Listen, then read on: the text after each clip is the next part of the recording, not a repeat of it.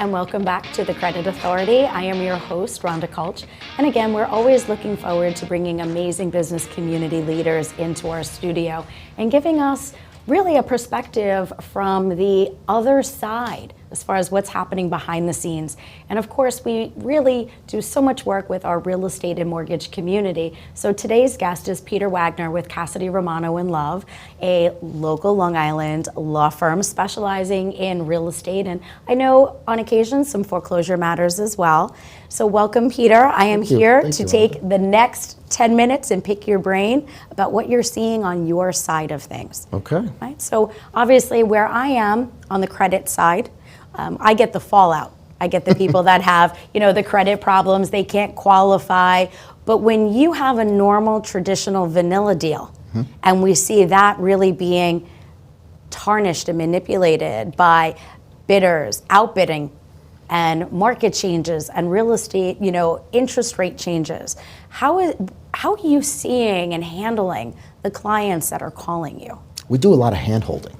As a real estate attorney, you think, oh, you're the attorney, you're on high, I'm looking to you for, your expertise and fighting. It's like, no, we don't do that. We hold a lot of hands, and we've wiped away a lot of tears when our clients have lost out their bid. Yeah. They lost their offer, or the interest rates increased, and we told them, well, did you talk to your loan officer about locking in that rate? And they didn't. And I had a recent closing where their rate was almost 3/4 of a point higher than they had originally been approved for. And they were complaining about it. And I said, when did they tell you to lock in? Oh, a month and a half ago. I said, and you didn't do it? Well, it was going to cost me too much money. And I said, okay, and how much is it going to cost you now? Yeah. And he said, $700 a month.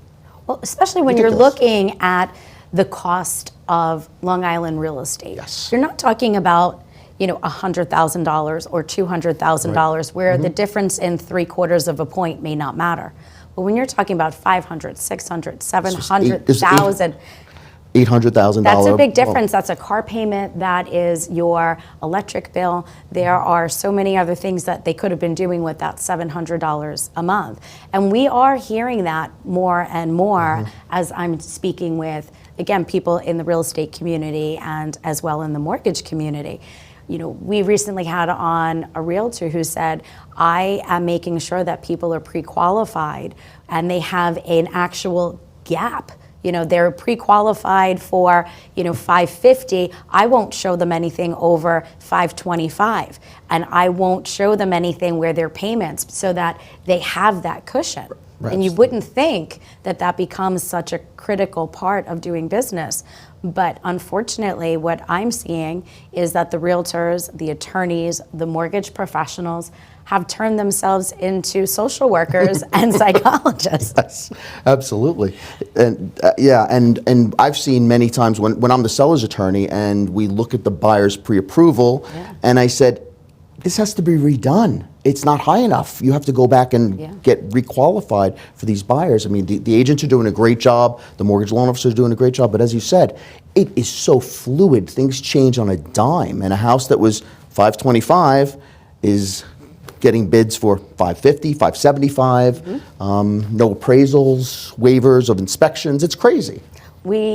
I have a client that I'm working on, working with, and of course, me on the credit side, I get clients where I work with the mortgage professionals because perhaps a 620 gets them a certain interest rate and down payment, but a 680 gives them a better deal, and even from the seller, when you're presenting the offer, to have the higher credit score also becomes a factor. Absolutely. So I have a client that we were just working with to get their scores higher for qualification, and he just called me over the weekend absolutely devastated because by the time he went to sign the papers, which was just a few days ago, they said, we would love to sell you the house, but we want to get another $70,000.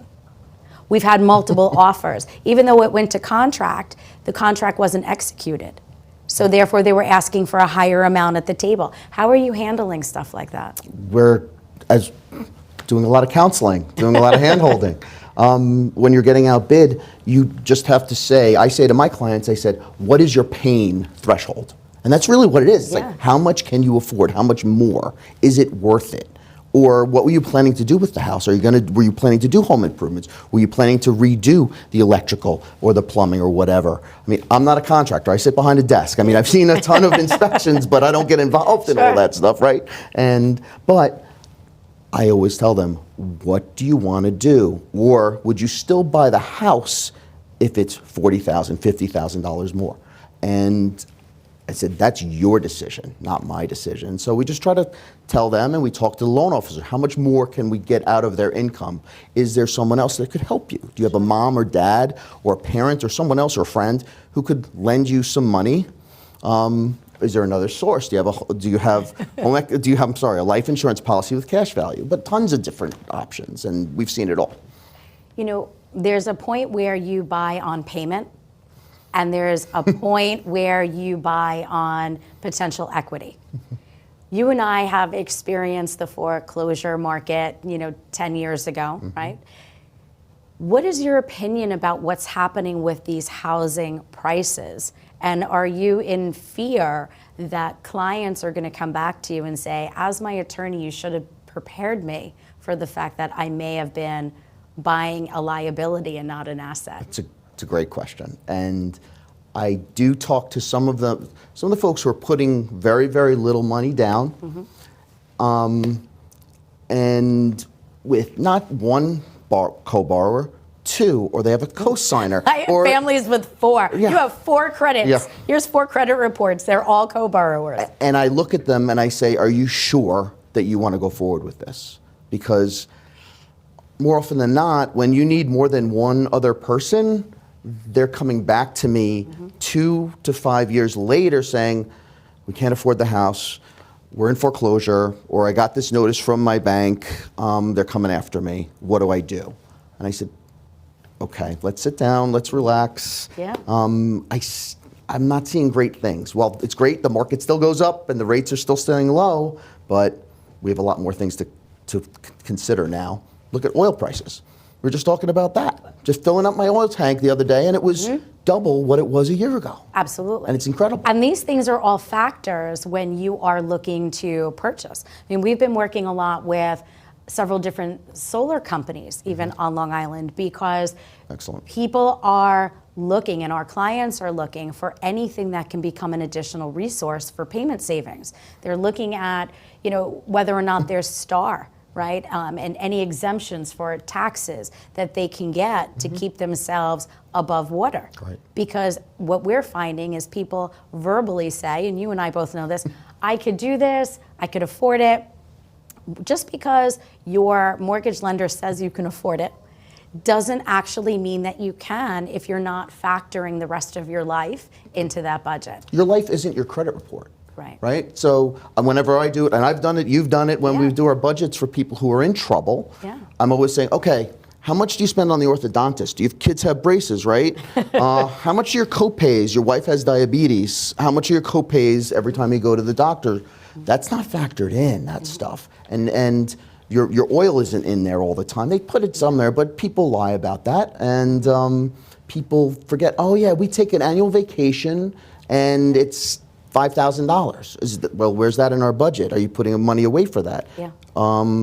So I always tell them the DTI, your debt to income ratio, is not what you can afford.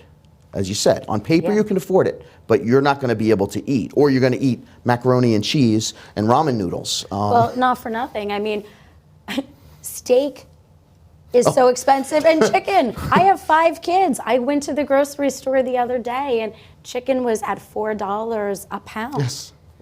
So again, these are all factors to consider. And I think what's important is that for the buyers and the sellers, you're buying high and you're selling high. There's nothing worse than a seller that wants to sell high and buy low. Got to move south. They're like, no, I'm going to sell and get this great deal. So I think what's so important is, and again, why I wanted to bring you into the studio, is just to remind our viewers and our listeners that just because you're an attorney in real estate doesn't mean that you can make magic happen. Right. There's a reality that every transaction needs to go through a reality check so that you can really make sure that you're making the right life decision for your family and not just for yourself as well. great point. And that's why I always say that I was in-house at a mortgage company, Yep. right? So I've seen the subprime crash. I've my practice with my partner who retired, and we wrote it all. We rode all through it. I've been there for some of it. And you were there for some of it. But we always took a holistic approach, as as you say. It's like, what is this going to do for you? Why are you buying? Why are you buying there? Not necessarily, we don't look at location, but why are you buying this type of house? Why are you buying a condo as opposed to a co-op? Why are you buying a two-family instead of a one-family, etc. And my clients are just like, well, why are you asking me this? I said, because I don't want you back here in a couple of years to have to bail you out or find someone who can help bail you out. I want you to be happy in your home. And when people are selling, they're like, it's just a great opportunity, get out now. I said, where are you going to move? Well, we haven't found a place yet. I said, you should probably think about finding a place where you want to live, what type of lifestyle. You're getting older. Do you want to cut your grass? I mean, I have family members that are going through this right now. I understand completely. So if you are looking for an attorney that provides counseling on the side, consider reaching out to our guest, Peter Wagner with Cassidy Romano and Love. And Peter, how do they reach you?